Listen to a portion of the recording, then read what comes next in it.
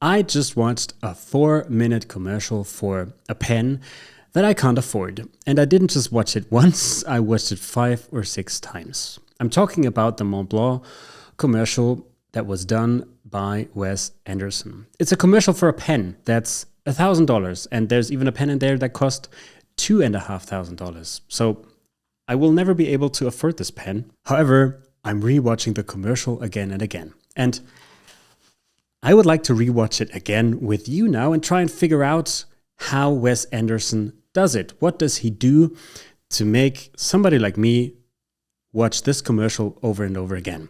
Let's have a look. Okay, I'm really sorry, but I have to pause right here. Why?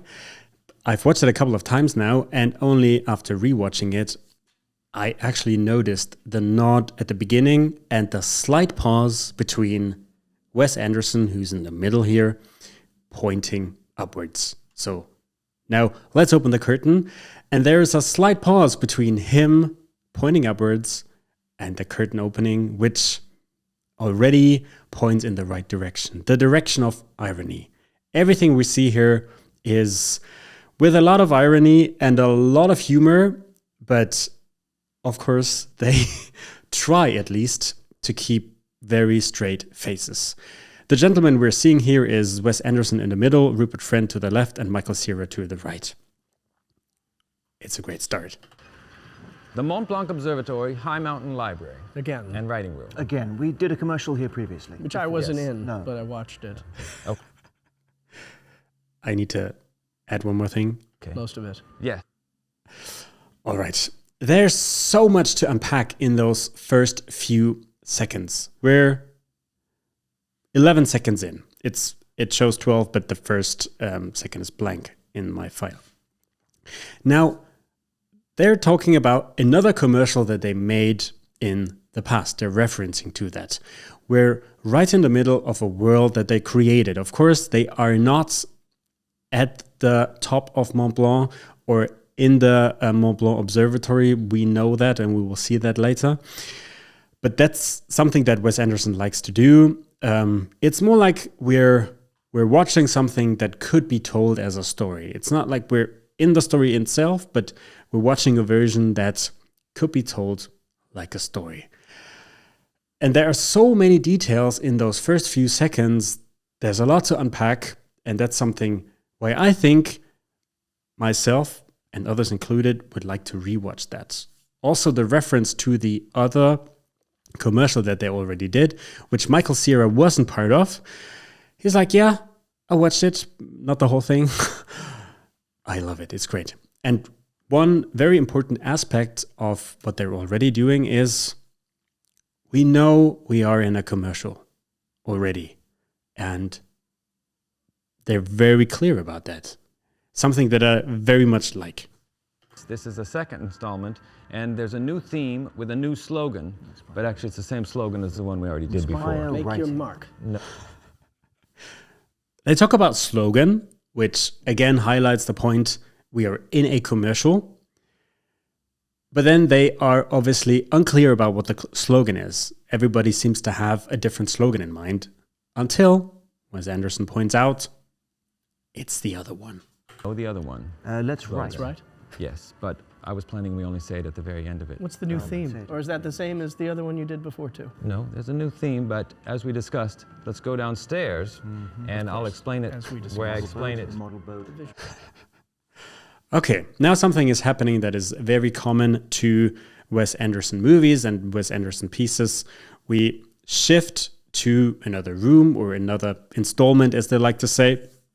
And I'm by no means a Wes Anderson specialist about his movies, but that's something that you know is going to happen. And I think this is something that keeps viewers engaged because we know when we see the first scene that they are very surely not going to keep sitting just at that desk. And I love what's happening next. Yes,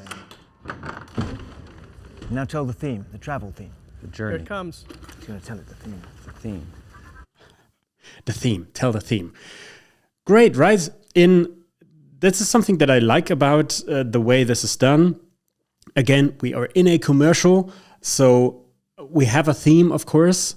We have a slogan, and they highlight the fact that this thing has a theme. So we're talking about a different theme than the other one. And as they keep referencing to the other one, what does that do to you? Well, I know what it does to my curiosity, because I want to watch the other one. And I, of course, went on to watch the other commercial and see what theme is in the other commercial. I'm going to link it in the description, so you can also check it out. Another thing before we continue, notice the amount of details.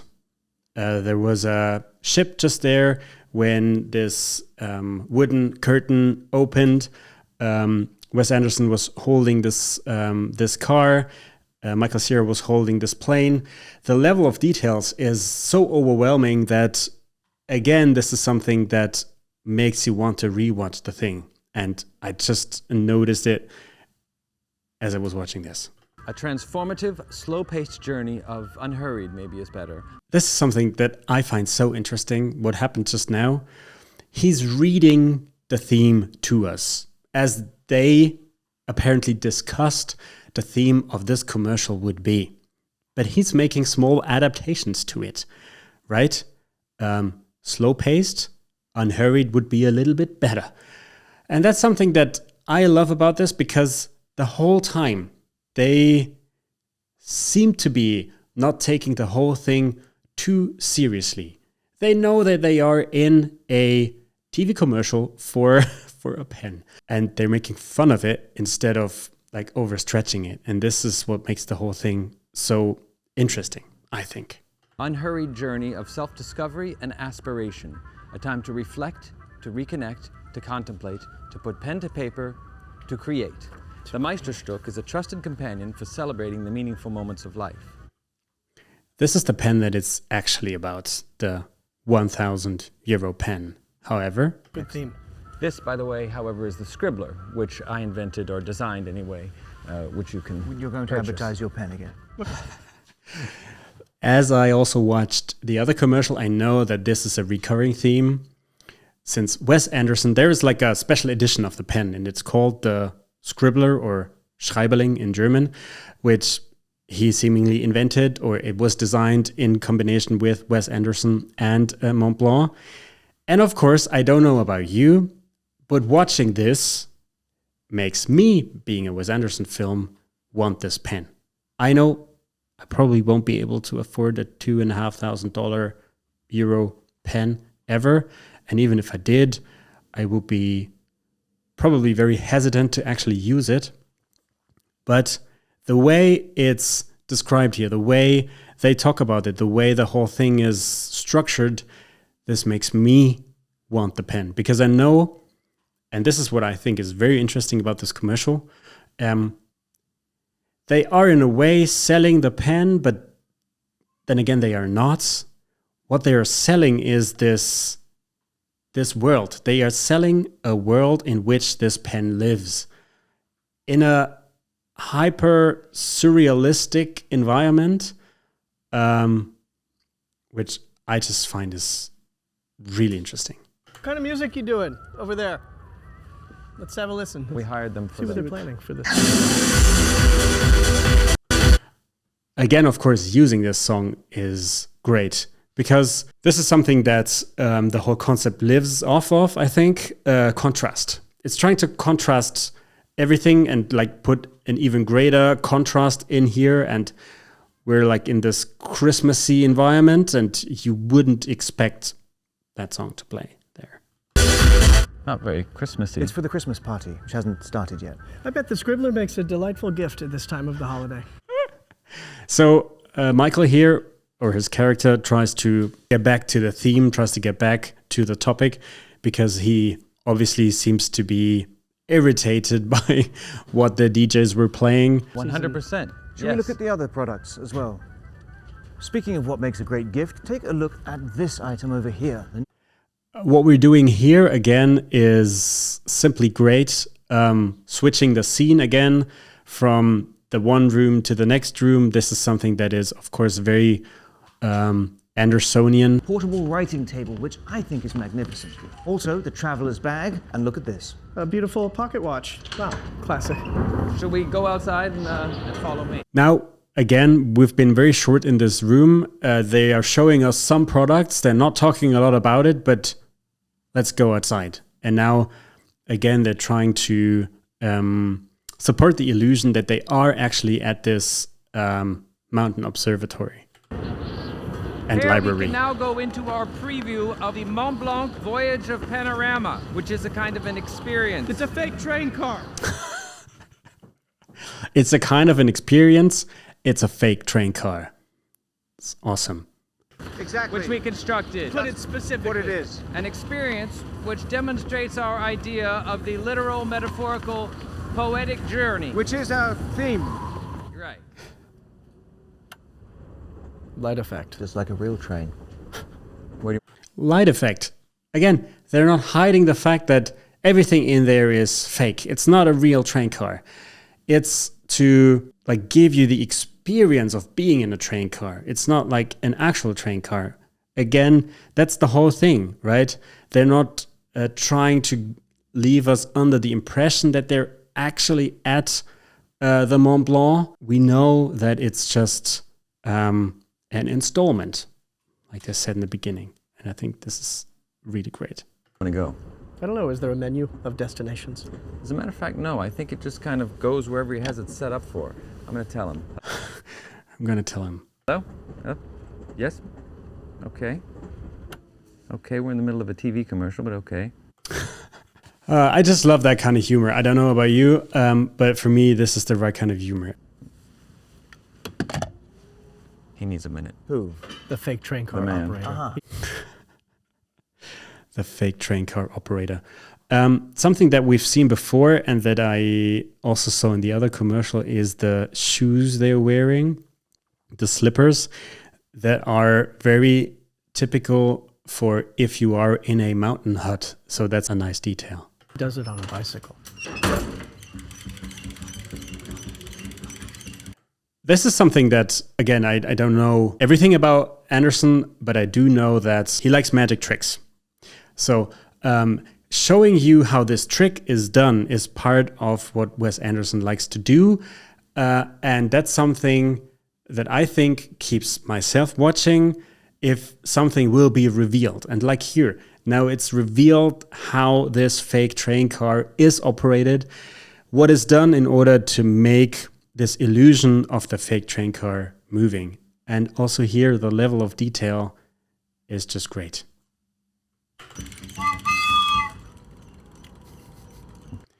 This is the same as in the beginning. In the very beginning, they're waiting, right? We are here, we're watching them, but it takes a moment for the effect to take place. Okay. Venice. Obviously, trains don't really go through this route. I don't know. Honestly, I'm really curious if they knew at the point what they were going to see. Probably yes, but I would love for that to be improvised, because that's something that I think they can do, and this would like make the effect even better. And maybe it's my mind who makes me want that to be improvised, because that makes the whole thing even a lot more enjoyable. Egypt. Valley of the Kings. Some version of it which probably doesn't have train tracks on it either. Probably not. Ah, that's more like That's it. almost the same as what's outside here where we are right now if we didn't have a fake train car to be in. True. Perfect. I have some postcards. And non-alcoholic eggnog and cookies. Thank you, Rex. Thank you, Rex. Non-alcoholic eggnog and cookies for the Christmassy vibe. Okay, now the slogan. I'll say it. The DJs. This is also very typical.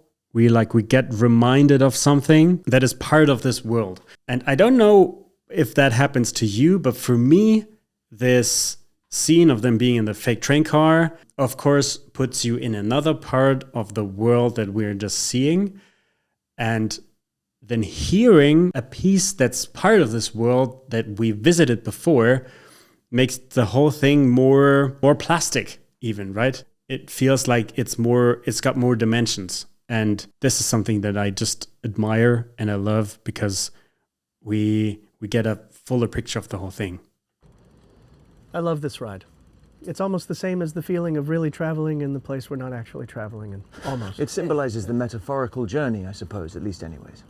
Well, that was the idea, why we built it. Now, the slogan. What could I say? I'll say it. Let's write.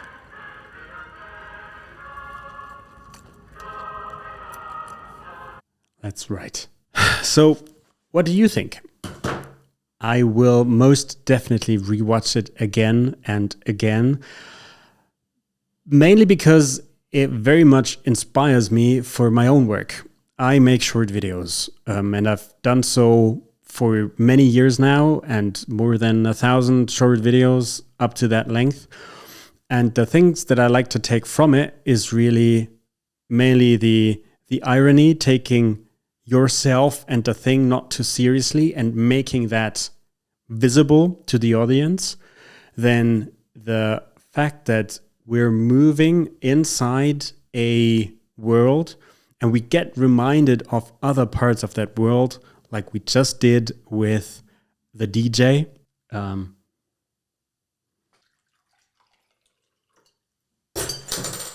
Plasticity. Is it plasticity? And the plasticity of the world that's being shown. That's something that I really admire, and I want to take away from this. Are you going to buy the pen? I don't know. I still can't afford it, but I want one now.